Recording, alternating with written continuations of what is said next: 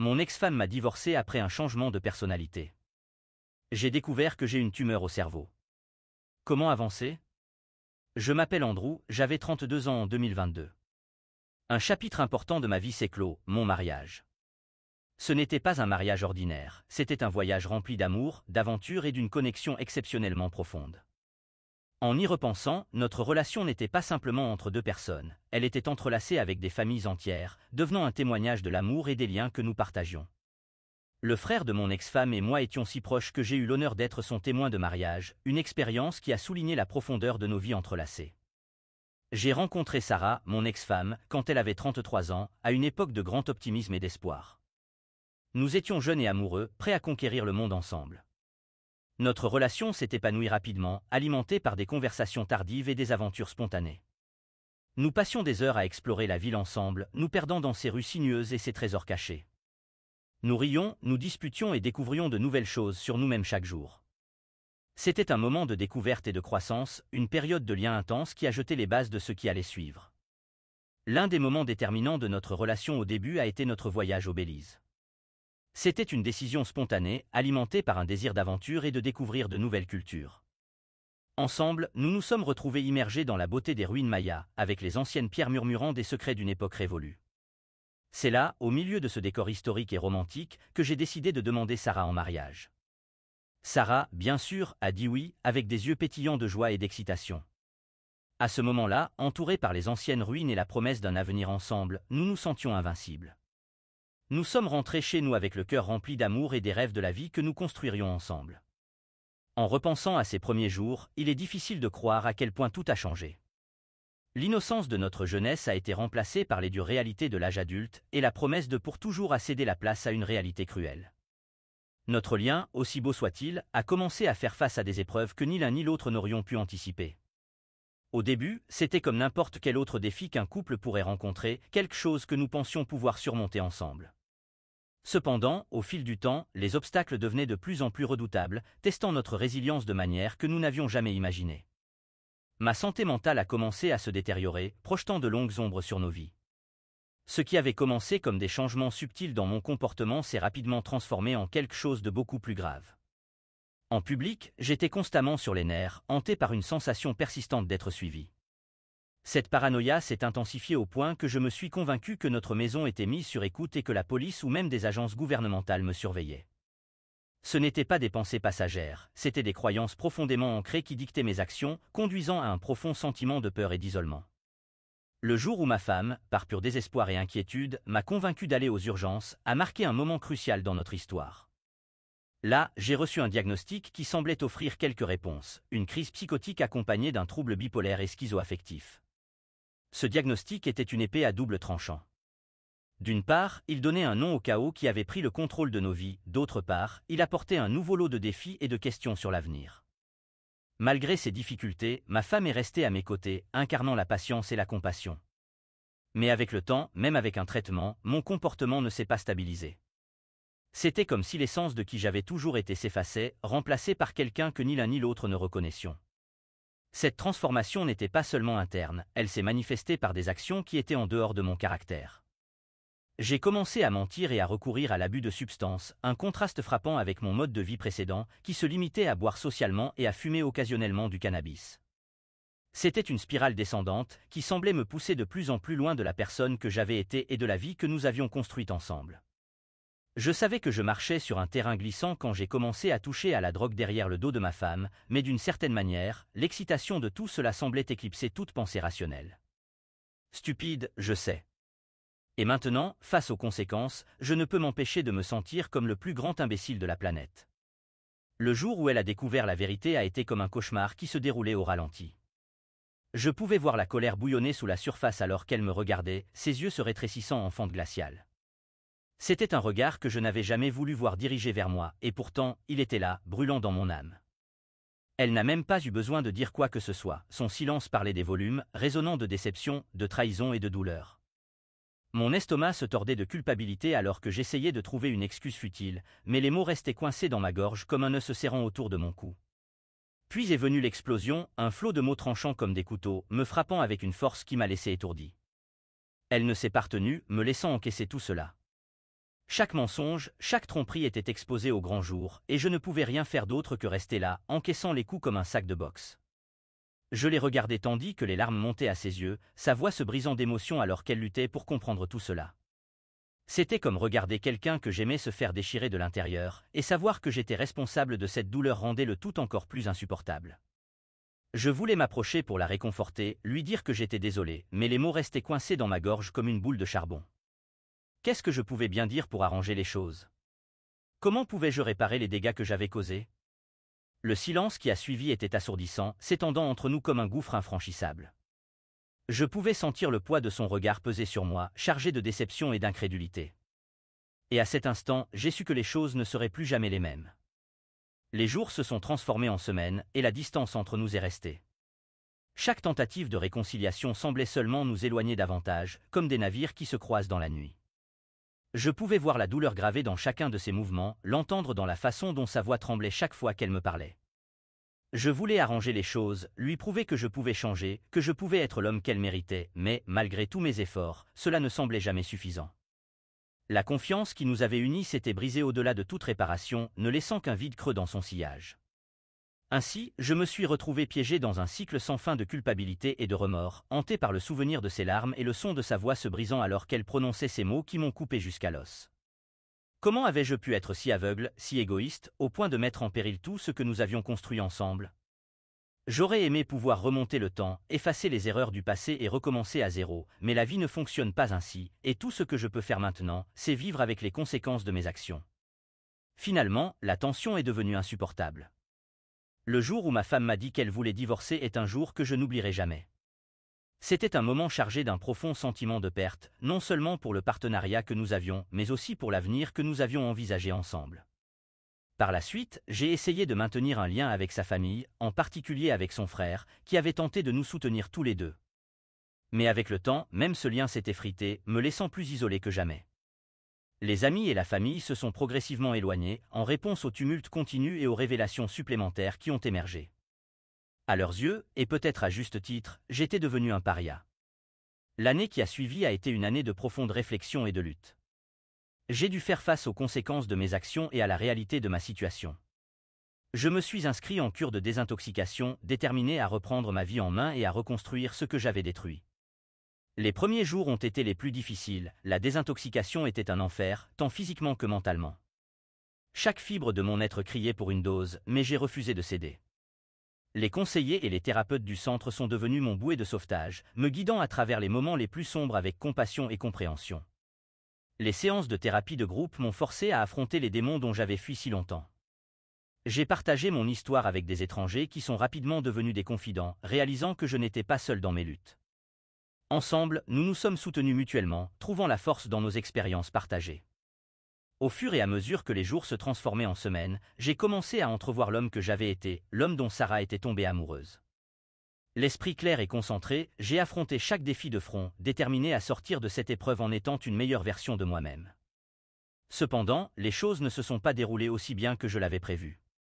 Les emplois allaient et venaient, et je me retrouvais à peine à m'en sortir, un contraste frappant avec la stabilité que je tenais autrefois pour acquise. Ce fut un point bas, tant personnellement que professionnellement, qui m'a forcé à affronter les changements que je devais apporter dans ma vie. Au milieu de ce tumulte, il y a eu des lueurs d'espoir. J'ai réussi à investir dans une propriété, ce qui a été un tournant pour moi. J'avais enfin l'impression de gagner un terrain solide après des années d'incertitude. Le processus n'a pas été facile, et il y a eu des moments où j'ai douté de ma capacité à y arriver, mais avec détermination et persévérance, j'y suis parvenu. Posséder une propriété m'a procuré un sentiment de stabilité et de sécurité que je désirais depuis longtemps. C'était un atout tangible, quelque chose auquel je pouvais m'accrocher et construire. Voir la valeur de la propriété augmenter au fil du temps était incroyablement satisfaisant, sachant que j'avais fait un investissement intelligent pour mon avenir et pour ma famille. Mais au-delà des avantages financiers, posséder une propriété m'a donné un sentiment de fierté et d'accomplissement. C'était un symbole de la distance que j'avais parcourue depuis les profondeurs de la dépendance, la preuve que j'étais capable de construire une vie meilleure pour moi et pour mes proches. Un nouveau compagnon, un petit chiot nommé Archie, a apporté un réconfort et un but à mes journées. La thérapie est devenue un phare de lumière, offrant des perspectives et des mécanismes d'adaptation qui m'ont aidé à naviguer progressivement dans les complexités de ma situation. Après que tout se soit progressivement stabilisé, je me suis retrouvé confronté à des problèmes de santé inattendus. Les maux de tête sont devenus une occurrence quotidienne, une pulsation constante en toile de fond de ma vie. Monter dans l'ascenseur provoquait des vertiges, me laissant désorienté et instable. Me concentrer trop longtemps entraînait des maux de tête violents, comme si mon cerveau protestait contre l'effort. Même conduire est devenu un défi, avec un bourdonnement persistant dans mes oreilles qui ajoutait à l'inconfort. Au début, j'ai ignoré ces symptômes comme de simples désagréments, les attribuant au stress que j'avais enduré et à mes habitudes alimentaires erratiques. Je me suis convaincu que je me sentais simplement faible, un effet secondaire de tout ce que j'avais traversé. Mais à mesure que les jours se transformaient en semaines et que les symptômes persistaient, j'ai commencé à m'inquiéter. Cependant, parce que j'étais trop occupé, je n'ai pas pris rendez-vous avec un médecin. La révélation est venue comme un voleur dans la nuit, inattendue et bouleversante. C'était lors d'un voyage d'affaires de routine, l'un des nombreux que j'avais effectué au cours des derniers mois en tentant de reconstruire l'apparence d'une vie normale, que le monde, tel que je le connaissais, s'est effondré. Un instant, je traversais l'aéroport bondé, et l'instant d'après, j'étais au sol, perdant connaissance comme des grains de sable glissant entre mes doigts. Me réveiller à l'hôpital a été une expérience désorientante, le blanc stérile de la salle, le son des machines surveillant mes signes vitaux et les visages inquiets du personnel médical planant au-dessus de moi. C'était un contraste frappant avec la vie de mouvement constant que je menais. La confusion était palpable, la peur un compagnon silencieux alors que j'essayais de reconstituer ce qui s'était passé. Le chemin vers le diagnostic a été semé d'incertitudes. Les premiers tests n'ont pas donné de résultats concluants, soulevant plus de questions que de réponses. Mon historique médical, une tapisserie de diagnostics erronés et de traitements pour des problèmes de santé mentale, dessinait un tableau complexe qui déconcertait l'équipe médicale. Cependant, c'est l'insistance d'un médecin perspicace, qui a remarqué les particularités de mes symptômes et de mon historique, qui a conduit à l'IRM décisive. L'IRM a révélé le coupable inattendu, une tumeur au cerveau logée dans une partie de mon cerveau, où elle avait orchestré le chaos dans ma vie depuis les ombres. Le moment de la révélation était surréaliste. Assis dans le bureau faiblement éclairé, les images de mon cerveau affichées à l'écran, j'écoutais le médecin expliquer la nature de la tumeur. Il pensait qu'elle était bénigne, mais sa localisation avait profondément affecté mon comportement et ma santé mentale. Les mots tumeur au cerveau résonnaient dans mon esprit, un contraste saisissant avec les étiquettes précédentes qu'on m'avait données. Ma réaction initiale a été le choc, rapidement suivi d'un sentiment de soulagement. Pendant des années, j'avais été un prisonnier dans mon propre corps, mon esprit un champ de bataille de paranoïa, de comportements erratiques et d'émotions inexplicables. Avoir une explication, une cause tangible au chaos, a été une libération à laquelle je ne m'attendais pas. C'était comme si les pièces d'un puzzle s'étaient soudainement assemblées, offrant une clarté que je cherchais depuis si longtemps. Mon esprit vagabondait vers mon ex-femme, vers la vie que nous avions partagée et vers les rêves que nous avions pour l'avenir. La dégradation de notre mariage aurait-elle pu être évitée si ce diagnostic était arrivé plus tôt ? La pensée était troublante, un rappel amer de la fragilité de la vie et de l'impact de ce qui reste caché en nous. Dans l'immédiat après mon diagnostic, une avalanche d'émotions et de pensées m'a submergé. Il y avait une urgence indéniable de partager cette découverte significative avec mon ex-femme et son frère, non pas dans l'intention de raviver les connexions perdues, mais pour leur offrir une explication, un aperçu du chaos qui avait démantelé la vie que nous avions autrefois chérie ensemble. Cependant, en réfléchissant à cette impulsion, les complexités d'une telle action devenaient de plus en plus évidentes. La douleur, la confusion et le bouleversement que mon comportement avait infligé n'étaient pas des blessures qui guérissaient facilement, et ma réapparition, quelles que soient les intentions derrière elle, risquait de rouvrir des cicatrices qui avaient peut-être commencé à se refermer. Le lien que mon ex-femme et moi partagions autrefois était incassable, forgé dans les feux de rêves partagés, de rire et d'amour. Son frère aussi était plus qu'un beau-frère, il était un ami, un confident. La dissolution de notre mariage n'était pas simplement une séparation légale, c'était l'effondrement d'une existence partagée qui s'était profondément entrelacée avec nos familles, nos amitiés et notre sens de l'identité.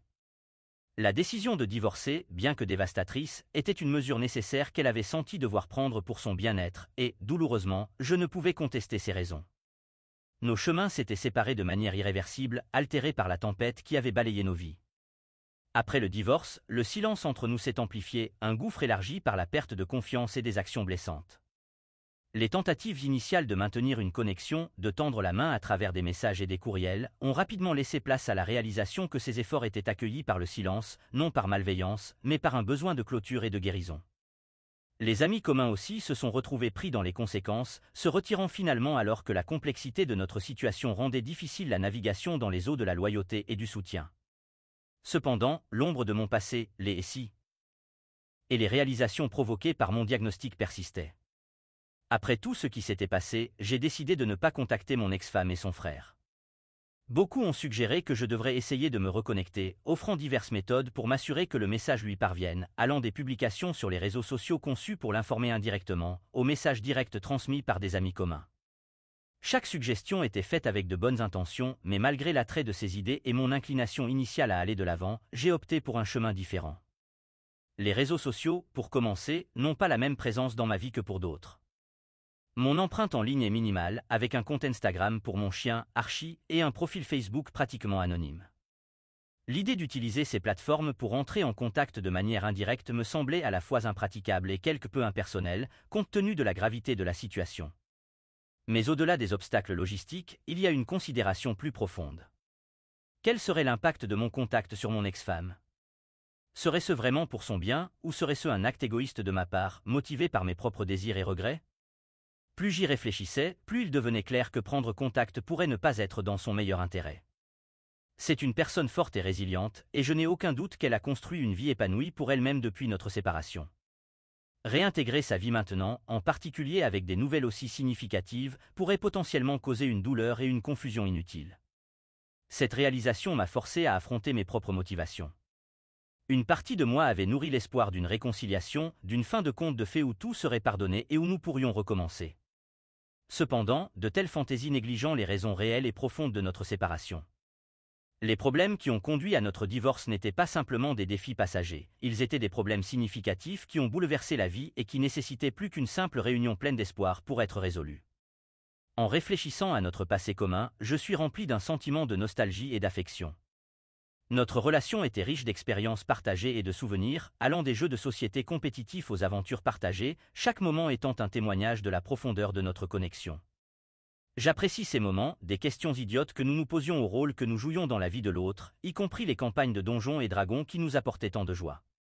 Sa présence dans ma vie, ses pensées et sa compagnie me manquent profondément.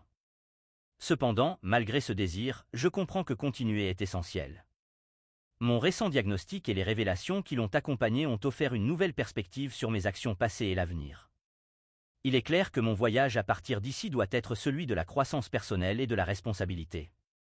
La prochaine opération ne représente pas seulement une étape vers la guérison physique, mais aussi une étape métaphorique vers la guérison et la compréhension. Avec mon parcours de guérison, j'ai dû accepter le fait que mon ex-femme a tourné la page et trouvé un nouveau partenaire. Ce n'était pas facile à avaler au début, la voir avec quelqu'un d'autre, construire une vie qui ne m'incluait pas, mais j'ai appris à accepter, à laisser le passé derrière moi et à me concentrer sur ma propre guérison. J'admets qu'il y a eu des moments où la jalousie et le ressentiment menaçaient de me consumer. Je me demandais pourquoi je n'avais pas été suffisant, pourquoi notre mariage s'était effondré. Mais me concentrer sur ces pensées ne faisait que me ramener dans l'obscurité à laquelle j'avais tant lutté pour échapper. Au lieu de cela, j'ai choisi de me concentrer sur le présent, de me reconstruire à partir de zéro. J'ai consacré mon énergie à ma guérison, à retrouver la stabilité et le sens dans ma vie à nouveau, et, petit à petit, j'ai commencé à voir des progrès. Chaque jour de sobriété qui passait, je retrouvais une clarté et une force que je pensais avoir perdues pour toujours. J'ai redécouvert des passe-temps et des passions que j'avais longtemps négligées, trouvant à nouveau de la joie dans les plaisirs simples de la vie. Et à mesure que je commençais à guérir, j'ai réalisé que le bonheur de mon ex-femme n'avait plus de pouvoir sur moi. Je ne vais pas mentir et dire que cela a été facile. Il y a eu des moments de doute et de désespoir, des moments où je me demandais si je serais un jour vraiment bien. Mais à travers tout cela, je me suis accroché à la croyance que j'étais assez fort pour surmonter tout ce que la vie pouvait me jeter. Et vous savez quoi ? Je le suis. Peut-être que je n'ai pas toutes les réponses et peut-être que je trébuche encore de temps en temps, mais j'apprends à embrasser le voyage, à trouver la beauté dans la rupture. Alors, à mon ex-femme, si jamais tu lis ceci, je veux que tu saches que je vais bien. J'ai trouvé la paix en moi-même et je ne te garde aucune rancune, ni à toi ni à ton nouveau partenaire. J'espère que tu es heureuse, vraiment heureuse, car c'est tout ce que j'ai toujours voulu pour toi. Je ne l'ai jamais dit auparavant parce que je ne voulais pas te charger avec mes luttes, mais je veux que tu saches que je t'aime. Je t'ai toujours aimé et je t'aimerai toujours. Et même si nos chemins se sont séparés, je chérirai toujours les souvenirs que nous avons partagés. Quant à moi, je regarde vers l'avenir avec un nouveau sens de l'espoir et de l'optimisme. Que je surmonte complètement cette maladie ou non, je refuse de la laisser me définir. Je choisis de vivre chaque jour au maximum, de trouver du bonheur dans les petits moments et d'aimer intensément, comme je l'ai toujours fait. Pendant ce temps, la vie continue à un rythme implacable. Des opportunités professionnelles se sont présentées, apportant de nouveaux défis et décisions, et mon récent achat de propriété ajoute une autre couche de complexité à ma situation. Chacun de ces développements, bien que stressants, apporte également un sens du but et du progrès. Alors que je navigue dans cette période mouvementée, je me sens optimiste pour la première fois depuis des années. La perspective de ce qui est à venir, bien qu'incertaine, est stimulante. Mon objectif maintenant est de guérir, à la fois physiquement et émotionnellement, et sur la croissance que j'espère suivre. Le chemin à venir n'est pas clair, mais je suis prêt à l'affronter avec un sens renouvelé d'espoir et de détermination. Mon histoire, avec ses hauts et ses bas, peut ne pas avoir la résolution que certains espéraient, mais c'est une narration qui est encore en cours d'écriture, avec des leçons apprises et plus encore à découvrir. Pour l'instant, je suis content de prendre les choses un jour à la fois, appréciant le progrès que j'ai fait et le potentiel de ce qui reste à venir.